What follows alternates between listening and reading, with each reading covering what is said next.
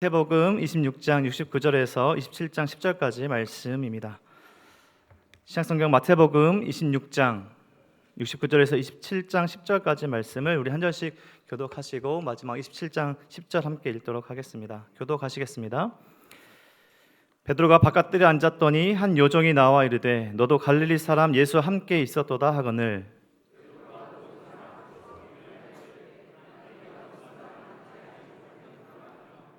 안문까지 나아가니 다른 요종이 그를 보고 거기 있는 사람들에게 말하되 이 사람은 나사렛 예수와 함께 있었도다 하매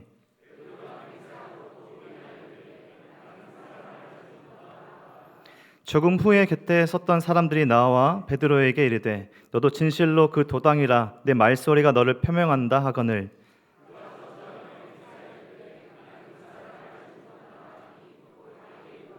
이에 베드로가 예수의 말씀에 닭 울기 전에 내가 3번 나를 부인하리라 하심이 생각나서 밖에 나가서 심히 통곡하니라.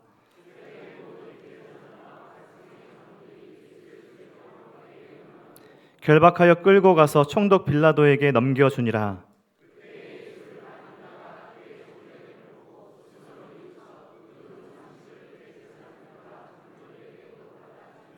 이르되 내가 무죄한 피를 팔고 죄를 범하였도다 하니 그들이 이르되 그것이 우리에게 무슨 상관이냐 내가 당하라 하거늘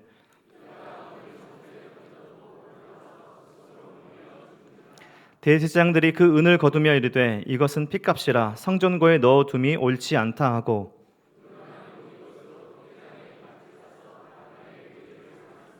그러므로 오늘날까지 그 밭을 피밭이라 일컫느니라.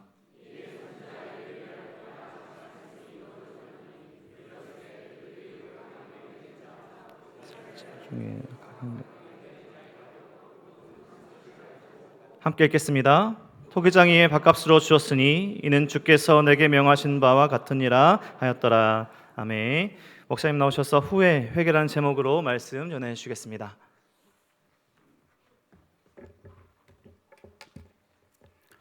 누가복음 15장에 보면 여러분이 잘 아시는 탕자의 비유가 나옵니다.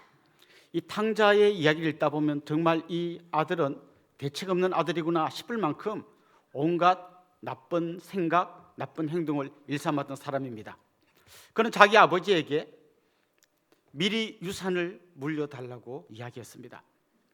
그 당시 이스라엘의 문화에서는 절대로 그럴 수 없습니다. 아버지가 돌아가셔야만 유산을 물려받을 수 있습니다. 그런데 살아있는 아버지에게 유산을 물려달라고 하는 건 무슨 말인가 하면 그 당시 문화 속에서는 아버지 왜 이렇게 안 돌아가시는 거예요? 그렇게 오래 살 거면 빨리 유산 좀 물려주세요. 이 정도의 말을 하는 거나 마찬가지예요. 그러니까 얼마나 불효막심한 사람입니까? 그렇게 유산을 받은 다음에 그는 다른 나라로 갔다 이렇게 그 비유해 보면 나옵니다. 다른 나라.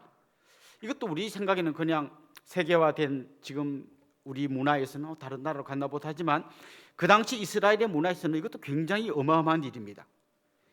유대인들 말고 나머지 사람들은 이방인이라고 불렀고 그들을 개나 돼지처럼 여겼던 그 당시 문화 속에서 다른 나라로 갔다는 것은 이건 거의 뭐 배교 행위하고 비슷하게 여겨질 만큼 엄청난 또 잘못을 한 거죠. 또 그 다른 나라에 가서 그가 한 행동은 아주 간단하게 나오는데 허랑방탕하게 살았다고 되어 있습니다. 아주 그 돈을 펑펑 쓰면서 허랑방탕하게 산 거죠. 그러다가 그 나라에 흉년이 들었고 그가 그 이방 나라 사람들의 집에 가서 일을 하는데 그 일이 돼지 치는 일이었습니다. 여러분 삼겹살 좋아하시잖아요. 이스라엘 문화에서는 돼지고기는 극도로 혐오하는 식품입니다. 그걸 먹는다든지 그걸 키운다든지 이건 상상할 수 없는 일입니다. 그리고 결국은 폭망해가지고 어떻게 됩니까? 굶주려서 쫄쫄 굶고 있는 모습이 오늘 본문에 나옵니다. 누가복음 15장에 나옵니다. 결국 그의 그 모든 행동들을 몇 단어로 요약해 보면 불효막심, 이방나라, 허랑방탕, 돼지, 폭망, 굶주림 어느 것 하나도 그의 인생에서 좀 동정이 되거나 그럴 수 있겠다 생각되는 게 하나도 없습니다. 그런데 이 탕자의 이야기를 읽다 보면 탕자가 잘한 게 딱 한 가지가 있습니다. 그 극도의 절망의 상태에서 아버지께로 돌아갔다는 거예요. 이 한 가지 잘한 것 때문에 그의 인생에 새로운 봄날이 찾아왔습니다. 만약 그가 그걸 하지 못했다면 그는 아마 돼지 우리에서 굶주려 죽었든지 더 비참한 결말로 그의 인생이 끝났을 겁니다. 아버지께로 돌아간다. 저는 여기는 우리 모두도 인생을 살다 보면 내 잘못 때문에 그런 일이 오든지 아니면 여러 가지 환경적인 문제든지 간에 절망의 나락에 떨어질 때가 있을 거라고 생각해요. 그때 우리가 한 가지 기억해야 할 것이 있습니다. 우리에게는 돌아갈 아버지의 품이 있다라는 거예요. 그걸 아는 사람은 아무리 힘들어도 그 아버지께로 돌아가면서 그 인생이 회복되는 걸 경험할 거고, 그걸 잊어버리고 자기 스스로 문제를 풀려고 하는 사람은 결국은 더 비참한 결론을 맞게 될 것입니다. 시편 57편에 보면 그 당시 가장 인생의 밑바닥에 떨어졌던 다윗의 고백이 나옵니다. 그는 굴 속에 숨어 있습니다. 사방이 다 막혀 있습니다. 그야말로 절망의 제일 밑바닥입니다. 바로 그 굴에 들어가기 직전에 그는 블레셋의 망명회에 갔다가 그 사람들이 자기를 경계하는 걸 보고 미친 사람 행세를 하면서 침을 질질 흘리면서 거기를 빠져나왔습니다. 그러니까 그의 인생은 어디 갈 데 없는 가장 절박한 상황에 처하게 된 겁니다. 근데 그는 그 시편 57편에서 이렇게 시를 쓰고 있습니다. 하나님이여, 내 마음이 확정되었고 내 마음이 확정되었사오니 내가 노래하고 내가 찬송하리다, 이렇게 이야기하고 있습니다. 그는 그 절망의 상황 속에서도 자기가 하나님의 품에 안길 수 있다는 걸 알았기에 그 절망의 동굴 속에서 그는 노래하고 찬송하고 있습니다. 흔들리는 마음을 부여잡고 이제는 내 마음이 확정되었다라고 그렇게 고백하는 거죠. 오늘 우리가 읽은 이 본문에 보면 두 명의 실패자가 나옵니다. 한 사람은 가룟 유다고 또 한 사람은 베드로입니다. 물론 이 두 사람이 둘 다 예수님을 배반했지만 그 배반의 강도는 좀 다릅니다. 가룟 유다는 계획적으로 그리고 능동적으로 범죄했습니다. 반면에 베드로는 좀 수동적으로 돌발적인 상황에서 예수님을 배신했습니다. 아무래도 유다가 훨씬 더 센 것처럼 보입니다. 그렇다고 해서 베드로의 이 예수님을 부인한 이 이야기도 결코 가벼운 죄는 아닙니다. 누가복음 12장 8절 9절 한번 읽어보겠습니다. 내가 또한 너희에게 말하노니 누구든지 사람 앞에서 나를 시인하면 인자도 하나님의 사자들 앞에서 그를 시인할 것이요, 사람 앞에서 나를 부인하는 자는 하나님의 사자들 앞에서 부인을 당하리라. 예수님을 부인하는 이게 결국은 우리가 주님 앞에 갔을 때 주님이 나도 너 모른다 할 만큼 엄청난 큰 죄입니다. 그러니까 유다보다는 베드로가 좀 나은 것처럼 보이지만 50보 100보예요. 베드로도 엄청난 죄를 지은 거죠. 그러니까 이 두 사람의 실패하는 거는 좀 비슷합니다. 둘 다 예수님을 부인하고 또 예수님이 가장 싫어하는, 그래서 마치 예수님의 가슴에 대못을 박는 그런 악행을 저지른 것이죠. 그런데 이 두 사람의 결말은 완전히 다릅니다. 한 명은, 이 베드로는 다시 회개하고 돌이켜서 주님께 쓰임 받는 초대교회 지도자가 됩니다. 반면에 가룟 유다는 스스로 목매어서 생명을 끊는 가장 비참한 최후를 맞게 됩니다. 무엇이 이 두 배신자를 완전히 다르게 갈라놓았을까요? 오늘 그것을 좀 여러분과 함께 나누어 보고 싶습니다. 저는 먼저 이 두 사람이 예수님을 어떻게 불렀는가라는 걸 한번 면밀히 살펴보면 좋겠습니다. 베드로는 예수님을 처음 만났을 때부터 예수님을 부를 때 주님이라고 불렀습니다. 주님, 주여 나를 떠나소서, 나는 죄인이로소이다. 그는 계속 예수님을 주님이라고 불렀습니다. 그래서 여러분이 잘 보셨던 것처럼 가룟 유다는 예수님을 끝까지 랍비라고 불렀습니다. 이미 우리 앞에 말씀에서 살펴보셨습니다마는 너희 중에 한 사람이 나를 팔리라 할 때 제자들이 주여 저는 아니지요, 주여 저는 아니죠 하는데 가룟 유다는 이렇게 말하죠. 랍비요 저는 아니죠, 이렇게 말합니다. 그 랍비요라고 불렀습니다. 그리고 그가 마지막 겟세마네 동산에서 예수님을 팔아넘기기 위해서 찾아와서 예수님에게 입맞추었을 때, 그때도 입맞추면서 인사할 때 뭐라고 인사했는가 하면 랍비요 안녕하십니까 이렇게 인사했습니다. 랍비라고 부릅니다. 물론 뭐 호칭이 대단한 건 아닙니다만은 베드로가 생각했던 예수님과 유다가 생각했던 예수님이 달랐다는 거죠. 베드로의 믿음이 완벽한 믿음은 아니었잖아요. 막 실수도 많았고 예수님께 책망도 받고 했지만 그럼에도 불구하고 베드로의 기본 자세는 예수님을 믿음의 대상, 신앙의 대상으로 생각하고 있었어요. 주님이라고 생각했습니다. 우리가 잘 아는 것처럼 마태복음 16장 16절에 보면 베드로의 놀라운 고백이 나오지 않습니까? 주는 그리스도시요 살아계신 하나님의 아들이십니다. 그러니까 베드로가 본 예수님은 그리스도 메시아이시고 하나님의 아들이었어요. 그리고 계속해서 그가 예수님을 부를 때 주님이라고 불렀어요. 그런데 유다가 본 예수님은 랍비였습니다. 스승이었습니다. 존경할 만한 어떤 대상이었습니다. 특별히 그 당시의 상황 속에서 가룟 유다는 예수님을 어떤 정치적인 지도자로 이해하고 있었던 것 같습니다. 그런데 여러분, 정치라는 건 이런 것 같아요. 어떤 탁월한 지도자를 많은 사람들이 따라갑니다.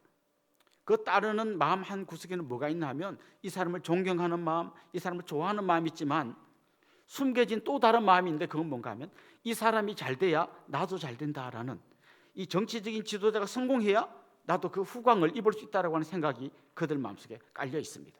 그게 막 따라가다가 이 정치 지도자가 제대로 성공하지 못하고 이렇게 좀 비리비리하면 사람들이 많이 떠나갑니다. 왜냐하면 이 사람을 일종의 성공의 사다리로 생각하기 때문입니다. 이 사람이 성공하면 이 사람이라고 하는 이 성공의 사다리를 밟고 나도 어느 정도 높은 자리로 올라갈 수 있다고 생각하는 거죠.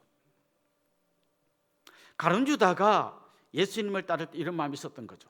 예수님이 자기 성공의 사다리입니다. 사람들이 예수님을 왕으로 삼으려 하고 막 예수님을 치켜 세울 때 이분이 왕이 돼야 나도 그분은 이 예수님이라고 하는 성공의 사다리를 밟고 올라가서 나도 어떤 자리에 올라가겠구나 하는 이런 기대가 있었던 거죠. 그런데 예수님이 그걸 충족해 주지 못하자 그는 예수님을 배반해 버렸던 것입니다. 팀 켈러라고 하는 목사님이 남긴 아주 유명한 말이 있는데요. 제가 한번 여러분과 같이 읽어보고 싶습니다. 특별히 빨간 글씨를 잘 보면서 같이 한번 읽어보겠습니다. 종교적인 사람은 하나님이 자신에게 유용하기 때문에 하나님을 찾지만 복음적인 사람들은 하나님의 아름다우심 때문에 하나님을 찾는다. 무슨 말인지 이해가 되십니까? 종교적인 사람은 하나님한테 가면 하나님 나한테 뭔가 또 꼬물을 줄 것 같으니까 하나님을 찾는 거, 이건 종교적인 거라는 거예요. 이거는 기독교 아닌 다른 어떤 종교에 가도 다 있는 겁니다. 단지 하나님 대신에 다른 신의 이름만 붙이면 똑같아요. 이 신을 잘 섬기면 이 신이 나한테 뭔가를 해줄 거다. 이게 종교예요, 종교. 그런데 진짜 신앙은 뭐냐? 복음적으로 하나님을 따라가는 건 뭐냐? 하나님 너무 좋아서 따라가는 거예요. 예수님이 나를 위해 생명을 바쳐준 그게 너무 고마워서 그냥 따라가는 거지. 예수님 따라가면 예수님이 성공할 거고 예수님이 성공하면 그분의 성공의 사다리를 타고 나도 올라갈 거다. 이거는 참된 신앙이 아니라 일종의 종교 행위라는 것이죠. 우리가 왜 예수님을 따라가는 겁니까? 저는 70년대 한 이때쯤 우리 기독교가 한국에서 굉장히 많이 폭발적으로 성장했는데 그때 교회에 갔던 많은 사람들의 마음속에 이런 게 있었던 것 같아요. 교회에 가면 병 고친다. 교회에 가면 부자 된다. 그래서 교회 갔더니 진짜 병도 고치고 부자도 되고 우리도 가자 막 이런 게 있었던 것 같아요. 그런데 이런 신앙생활의 위험이 뭡니까? 병이 안 나았어. 부자가 안 되었어. 그럼 가차없이 하나님을 떠나갈 수 있다는 거죠.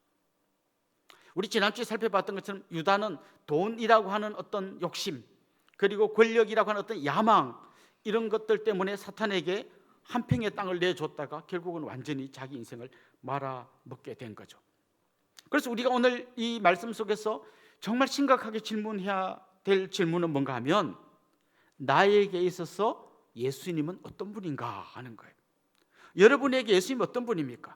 내 필요를 채워주고 이분을 통해서 내가 뭔가 병도 고치고 부자도 되고 아니면 뭔가 좀 좋은 지위에 올라가는 일종의 예수님은 내가 이용해야 될 성공의 사닥다리입니까? 아니면 이분이 나를 위해 생명 바쳐주셔서 나는 그냥 예수님 자체가 너무 좋고 너무 사랑스럽고 그래서 따라가는 겁니까? 이 질문에 우리가 대답하지 못한다면, 바른 대답을 못한다면 우리도 유다와 크게 다를 바 없는 결말을 맞게 될 겁니다. 예수님은 우리가 이용해야 될 대상이 아니라 우리가 사랑하고 섬겨야 될 우리의 주님이십니다. 자, 그렇다면 베드로를 한번 봅시다. 베드로는 이렇게 놀라운 고백을 했잖아요. 예수님이 그리스도시고 살아계신 하나님의 아들이라고 말했고 평소에 그는 예수님을 주님이라고 불렀잖아요. 그런데 그는 왜 넘어졌을까요? 우리가 계속해서 살펴보신 그 말씀을 잘 돌아보면 그에게는 자기 자신에 대한 과도한 자신감이 있었던 것 같아요. 자신감. 예수님이 너희 모두가 나를 버리겠다 할 때 베드로가 저는 결코 주님을 버리지 않겠습니다. 또 나중에 뭐라 그럽니까? 내가 죽을지언정 주님을 버리지 않겠습니다. 그는 막 결코 죽을지언정 다 버려도 나는 굉장히 자신만만하게 예수님에게 큰 소리를 뻥뻥 쳤습니다. 그런데 결국 어떻게 됩니까? 너무 허무하게 무너져 버렸습니다. 요 앞에 우리 말씀 살펴봤을 때 이런 장면 기억나시죠? 예수님이 마지막 겟세마네에서 땀방울이 핏방울 되면서 기도할 때 너희들도 같이 좀 기도하자 할 때 베드로와 그 제자들은 다 잤어요. 3번의 기도할 기회가 있었지만 그들은 다 잠을 잤습니다. 자, 기도하지 않는 베드로와 자신만만한 베드로가 잘 보면 굉장히 밀접한 연관성이 있어요. 여러분, 주로 우리가 언제 기도하는 것 같습니까? 발등에 불 떨어지면 다 기도합니다. 갑자기 막 중병이 걸렸다, 막 사배 위기가 왔다, 우리 아이가 지금 심각한 상황이다, 이번에 막 대학에 막 간당간당하다, 이럴 때는 막 기도합니다. 그래서 전국 교회가 통계를 내보면 사람들이 새벽기도 제일 많이 나올 때 언제냐? 입시 바로 그 전주 막 엄청나게 많이 나옵니다. 막 기도하는 거예요. 이때는 막 하나님이 안 도와주면 안 될 것 같은 거예요. 막 기도하는 거예요. 근데 거꾸로 다 잘 돼, 다 평안해요. 이럴 때는 어떨까요? 아이들은 다 학교 잘 다니고 뭐 시험 봤는데 다 성적도 좋고 남편이 직장에서 계속 승진하고 우리 가족 모두 건강하고 고향에 계신 부모님도 다 건강하고 잘 지내고 계시고 뭐 걱정거리가 하나도 없어요. 근데 이상하게도 그러면 사람들이 기도를 잘 안 하게 돼요. 좀 더 심층적으로 분석해 보면 그때 우리 마음의 상태는 어떤 건가 하면 굉장히 자신만만한 거예요. 사실 이게 우리가 잘해서 다 된 게 아닌데 정말 요만한 문제 하나만 딱 건드려도 우리 사업이 하루아침에 무너질 수 있고 우리 건강이 하루아침에 무너질 수 있는데도 마치 우리가 뭔가를 잘해갖고 잘 되고 있는 것처럼 자신만만할 때 놀랍게도 이때가 가장 위험한 때라는 거죠. 그 베드로의 자신만만함은 어디까지였나 하면 그 종의 귀를 딱 내리쳐서 귀를 자를 그때까지만 해도 베드로의 이 자신감이 충만했던 것 같아요. 그 예수님이 잡혀가시고 재판할 때 멀찍이 따라가서 그 구경하다가 그 여자 종들이 베드로 보고 이야기하지 않습니까? 당신도 저 사람하고 한 편 같다. 그때 베드로가 뭐라고 합니까? 네가 무슨 말 하는지 난 모르겠다. 네가 무슨 말을 하는지 모르겠다. 그 두 번째 여자 종이 너도 한 페이지 그럴 때 그때는 나는 저 사람을 모른다. 점점 그의 부인의 강도가 세집니다. 세 번째 누군가 말했을 때 그는 뭐라고 합니까? 저주하며 부인했습니다. 예수님을 저주했는지 아니면 자기가 한 말이 거짓말이면 내가 저주받겠다고 그렇게 말했는지 모르지만 그의 부인의 강도가 점점 더 세집니다. 놀랍게도 베드로는 중무장한 로마 군병의 칼 앞에서 부인한 게 아니라 한 여종 앞에서 부인했어요. 그 당시 이스라엘 문화에서 여자는 굉장히 좀 무시당하는 사람이었어요. 게다가 여자인데다가 종이면 정말 무시받는 사람의 제일 극치예요. 제일 우습게 보던 그 여종 앞에서 그는 부인했어요. 이게 자신만만했던 베드로의 실제 모습이었어요. 그의 이 근거 없는 자신감, 이걸 요즘 줄여서 근자감이라고 하는데 결국 그의 근자감이 베드로를 예수님을 부인한 자리로 밀어넣었던 거죠. 여러분이 좀 자신만만하게 생각하는 뭡니까? 사업이 잘 돼서 뭐 그냥 걱정이 없습니까? 아이들이 너무 공부를 잘해서 시험만 보면 1등이고 막 그냥 S대 이런 거는 그냥 눈 감고도 들어가고 그렇습니까? 무엇이 여러분을 자신만만하게 합니까? 여러분의 아름다운 미모와 여러분의 뛰어난 지성은 한 70쯤 가면 모두 평준화되는 거 아시죠? 예, 뭐 박사님도 70 되면 다 까먹고 있죠. 미스 코리아도 70쯤 되면 뭐 미스 코리아였는지 아무도 모르는 평범한 사람이 됩니다. 우리가 너무 엉뚱한 것을 과신하고 있지 않는지를 돌아보면 좋겠어요. 내가 내 자신감을 내려놓는 순간 우리에게 반드시 찾아오는 건 뭔가 하면 기도예요. 내 자신감을 내려놓으면 그 다음 우리가 할 수 있는 건 뭡니까? 기도하는 것밖에 없어요. 하나님, 저를 불쌍히 여겨주십시오. 저를 도와주십시오. 저는 저 마귀의 공격에 이겨낼 만한 어떤 강인한 믿음의 사람이 아닙니다. 연약한, 너무나 부족한 사람입니다. 주님께서 저를 붙들어 주시고 지켜주십시오. 기도해야만 결국 우리는 우리의 약함을 뛰어넘고 강한 주님의 손을 잡고 승리할 수 있게 되는 것이죠. 자, 보십시오.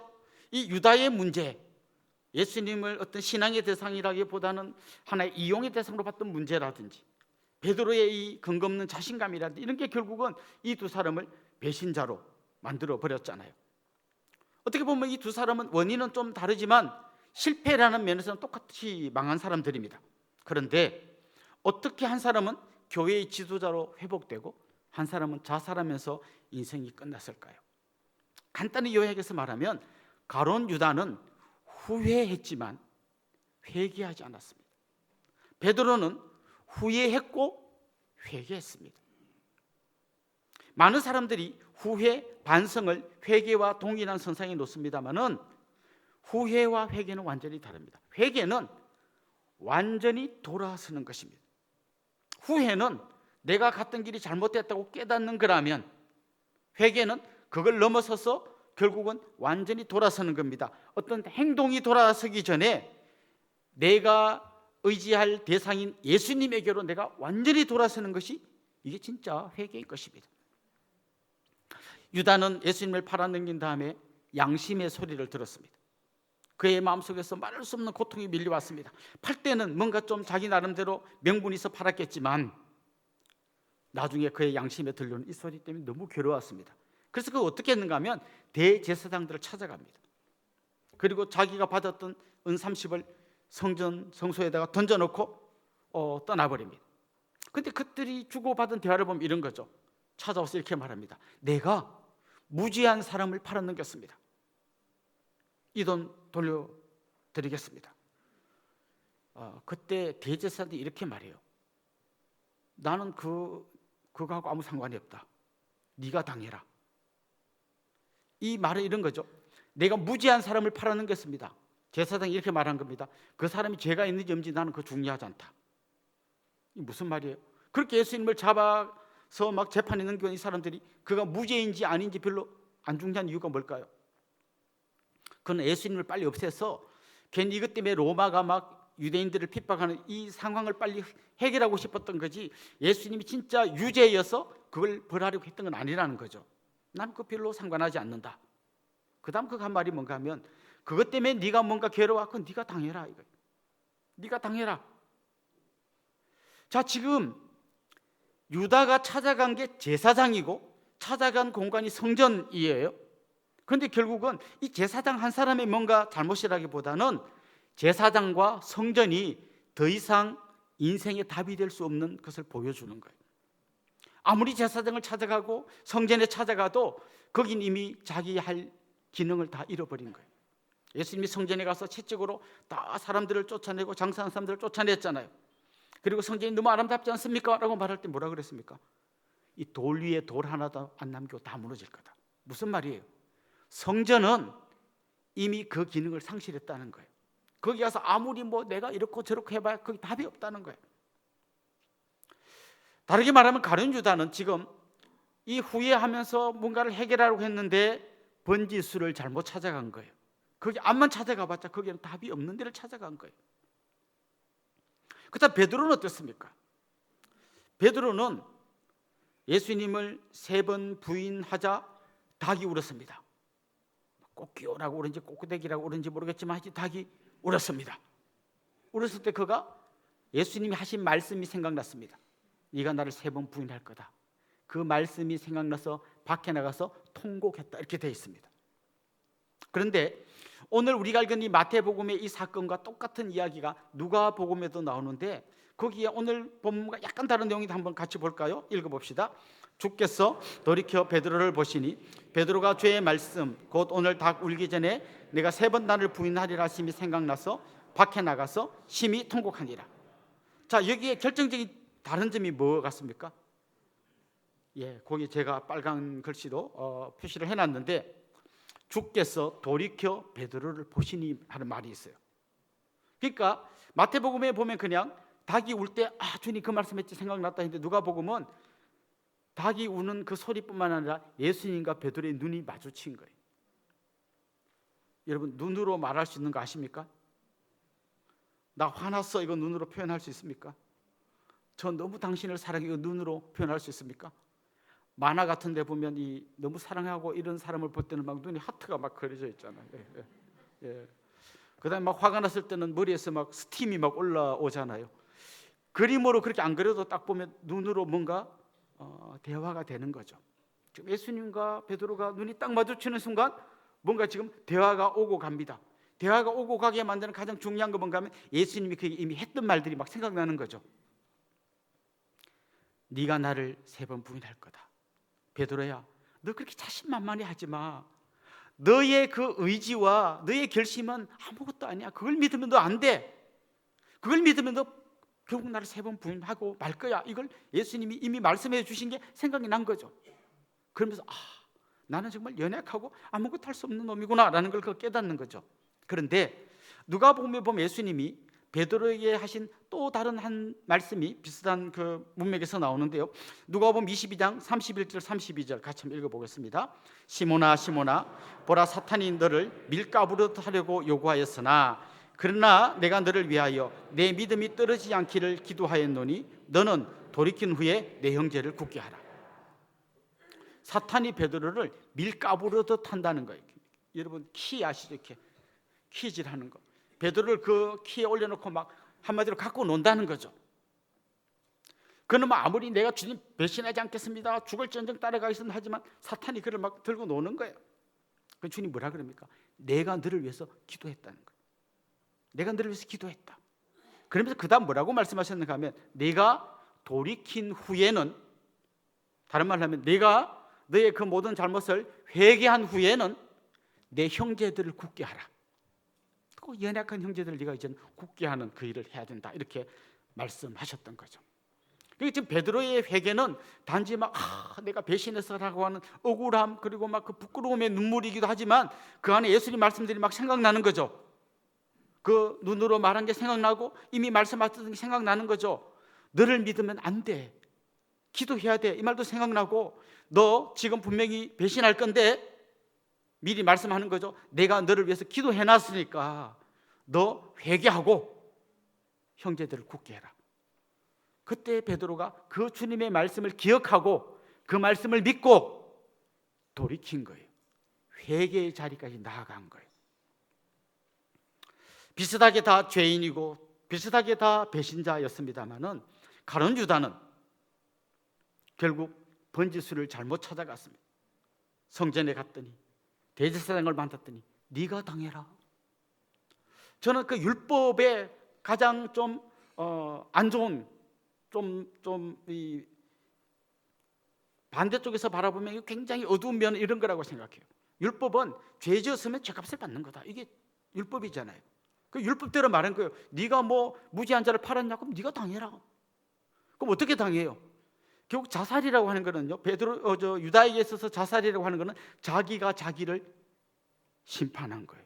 자기가 자기에게 벌을 내린 거예요. 네가 당해라. 그럼 내가 당해야지. 결국 그는 자살로 인생을 끝마친 거예요.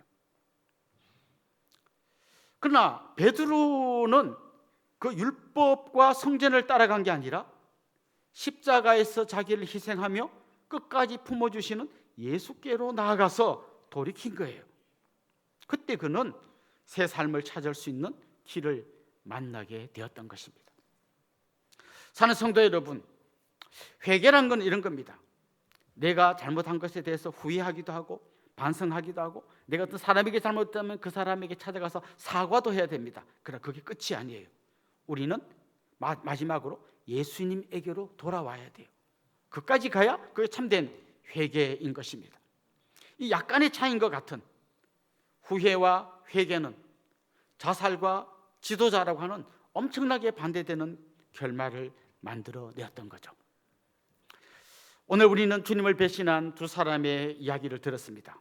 예수님을 단지 랍비라고 불렀고 성공의 사다리로만 생각했던 가룟 유다, 그래서 실패했고, 또 예수님을 믿음의 대상으로라고 이야기는 했지만 자신감에 충만했다가 베드로가 실패했습니다. 그런데 이 두 사람의 실패자가 갈림길에 들어선 건 한 명은 후회로 끝났고 한 명은 회개의 자리로까지 나아갔던 것입니다. 저는 오늘 이 말씀을 듣는 여러분 안에 그런 마음이 있으면 좋겠습니다. 그냥 지나온 내 잘못을 반성하고 후회하는 걸로 끝나지 말고 온전히 주님에게로 돌아가면 좋겠습니다. 탕자가 아버지의 품에 안기면 새로운 인생이 시작되지만 그걸 포기하고 돼지우리에서 계속 후회하고 반성해봤자 그는 거기서 인생을 마칠 수밖에 없는 것이죠. 우리의 실패의 자리에서 일어나서 두 팔 벌리고 기다리시는, 자기 생명을 버리시고 우리를 위하여 피를 흘려주신 그 십자가 지신 주님의 품으로 돌아가시는 여러분들이 될 수 있기를 주님의 이름으로 축원합니다.